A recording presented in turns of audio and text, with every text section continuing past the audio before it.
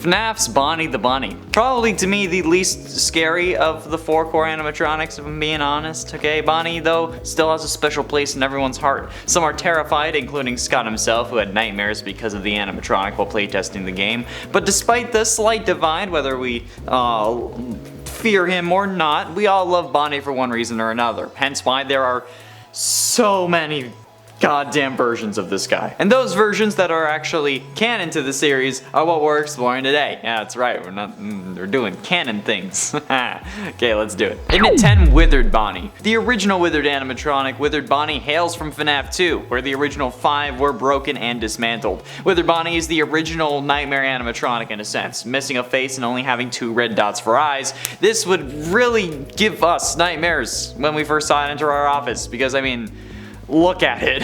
Withered Bonnie has multiple rows of teeth, which is confusing to me because why would an animatronic that's meant to be an entertainer at a children's pizzeria need more than 1 row of teeth? But I'm not gonna ask too many questions. Withered Bonnie though is pretty spooky considering how it's like the first one on this list, and then things only get worse from here, okay? I can't really put it anywhere higher, especially when there's like scarier ones in FNAF world, honestly. But they're not on this list. In at 9, RWQFSFASXC. Shadow Bonnie also makes an appearance in FNAF 2, but is more so a main character in FNAF 3, where the character makes the ultimate appearance as a glitched out game character, and then a statue that you need to click on to enable the glitched minigame. It's weird, okay? But Shadow Bonnie has also made an appearance in the FNAF AR game. This character has been all over the place, and RWQFFSAFXC is just a pitch black version of Toy Bonnie with glowing eyes and teeth. And I don't know if I said those letters right, but you know what, I don't care. But it is pretty weird when you think about it, honestly, because like maybe it could be the red jump scare from FNAF VR, but that's also not the thing. It could just be that this is a Shadow Bonnie. No matter what, okay, it's just a void of pitch black energy, and you know what, that's gonna make any animatronic scary. And honestly, we don't know how Shadow Bonnie came into being. I'm not even gonna try to say the actual name again. There are some theories that maybe it was someone who got spring locked in a suit before Afton, or someone else that got killed, but we don't know for sure. And you know what, that makes it even scarier, because that means more work for me. And at 8, Easter Bonnie. Easter Bonnie, aside from being the best pun this series has ever produced, is probably the kind of bunny your parents would make you sit with at the mall, but you'd also be crying the whole time. From what should have been the last Fazbear Frights book, Bunny Call, which is totally also meant to be a fanfic about Matt had this story, but this is like the way of asking Matt if he wanted to work on another VR game, but I guess he said no. Well, no matter what, this Bonnie is creepy, okay? This version of Bonnie hails from FNAF AR Special Delivery and is basically a white Bonnie with glowing blue eyes, a glowing red mouth, a yellow bow tie, and then an egg pattern on its stomach. I can't really explain why I find this so unsettling. Maybe perhaps because I consistently get chocolate bunnies around Easter time and don't really want to think about eating an animatronic that's trying to kill me. But there's also Chocolate Bonnie from what I've seen, but that one is meant to be eaten, so it doesn't really scare me. I don't know. Maybe I just am scared of eggs because I'm afraid of games, you know? And at 7, Blacklight Bonnie. I have a blacklight, okay, and the reason I have it is because I had it on during a Halloween party, but also because I need to inspect my hotel rooms. Because you know what? Black lights make everything seem scarier, especially hotel rooms. I don't know how, okay, at least when it's not a hotel room, but they do, no matter what. Now, having a whole animatronic surrounding this concept is still going to be terrifying, especially when their main color is pink. The blacklight animatronics were at first just released as toys in promotion for Help Wanted, but they do actually make an appearance in the game. The only reason we know they exist, however, is because of the toys, because the black lights make their debut in the animatronic repair hard mode, which is basically just the same thing as the animatronic repair, but with no lights on, or hardly any lights, so we can't actually see these animatronics, but apparently they are actually the blacklight ones. But either way, bright, eccentrically colored animatronics will scare anyone who lives in the dark and is scared of adding color to their wardrobe, like my sister, and I'm also scared of adding color and light to my life. Just ask my therapist. But I mean, hey, That's fine. It's a long story. I don't really want to talk about it. And at 6, GLITCHTRAP.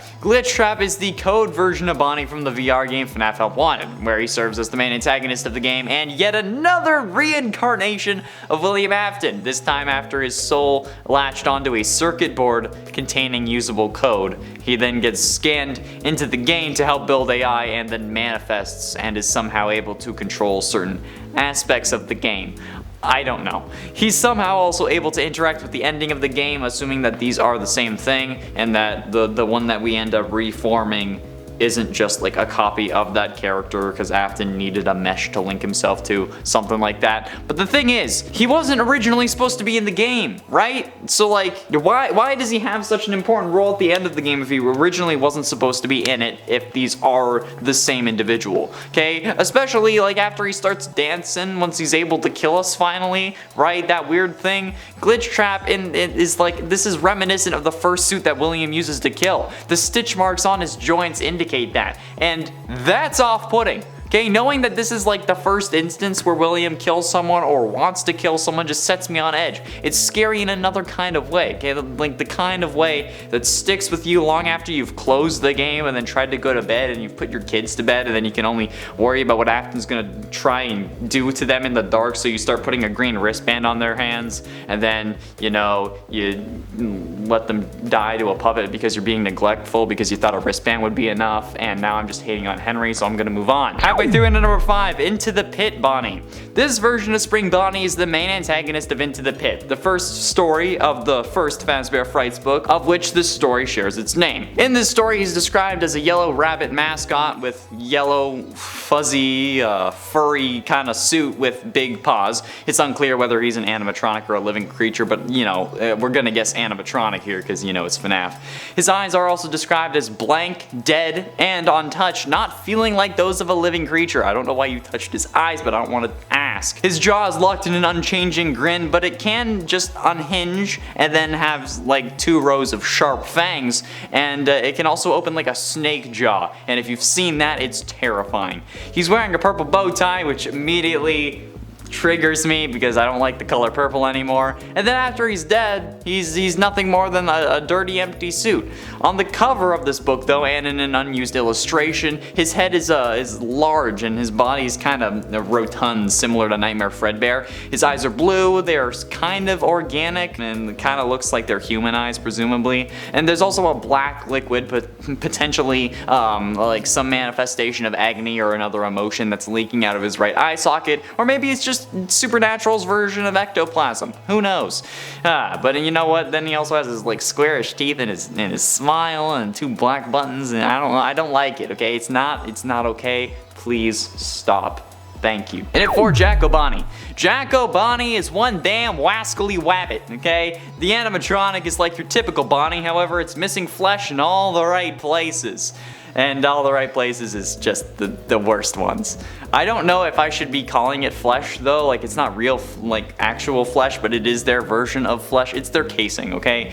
Whatever, I'm just gonna call it flesh. He glows orange from the inside and he glows hard, okay? It's like harder than the chorus of All Star, that's how hard this goes. This animatronic is scary and one of the most intimidating animatronics in the entire series, and the only reason it's not higher on this list is because he's not very present. He makes an appearance in FNAF 4's Halloween update, and then in FNAF VR in the helpy sections of the Pirate's Cove ride in Curse of Dreadbear, but other than that, he's not really all that present, and that doesn't really make him that intimidating, but when he is around, that's when it gets freaky. Plus, I'm able to really control the outcome of this, so if I get jump scared, it's my fault, and so it's less scary. I don't know, it's just how my brain works. Let's not talk about it. We don't need to open that door, okay? Let's move on. Getting close to the end, and at number 3, Twisted Bonnie. Twisted Bonnie is the secondary antagonist of the second FNAF novel, The Twisted Ones. Twisted Bonnie, like the rest of the Twisted animatronics, have 2 appearances thanks to a special device that they carry inside of them, which changes the perspective of people when they're looking at them. In other words, Twisted Bonnie's twisted form is an illusion created by the minds that are affected by that device. device. Its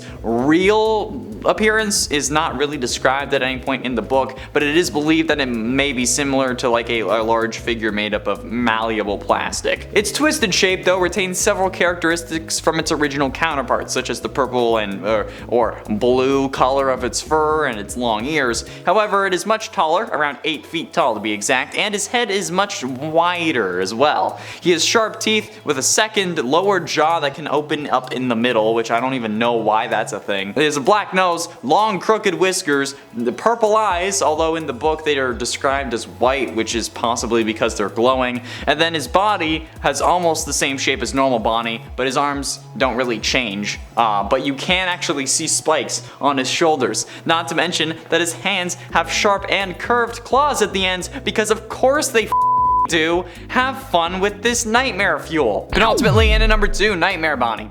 Nightmare Bonnie is absolutely freaking terrifying, okay? Have you seen those goddamn teeth? I don't know how that little kid was able to imagine this kind of thing while in a coma. I don't know if it was him or if it was the sound discs that were making him see that in a coma because he was in a coma, okay? But either way, holy living crap, this is some messed up garbage. I have never really been scared of a Bonnie version, okay? Some of these are unsettling, but nothing has really been like, oh crap, I'm not actually gonna sleep tonight. But Nightmare Bonnie is going to give me plenty of nightmares. I mean, I could have put Twisted Bonnie higher, because like that's just like nightmare times 2. But I mean, like, there's not much art, and I had to kind of keep that number short. They're only really described, so I didn't really want to screw over the editor, although I kind of already have. Either way, Nightmare Bonnie is one of the living embodiments of fear, and the next ones aren't. They're not gonna make it any easier, okay? And finally, in at number 1, Springtrap.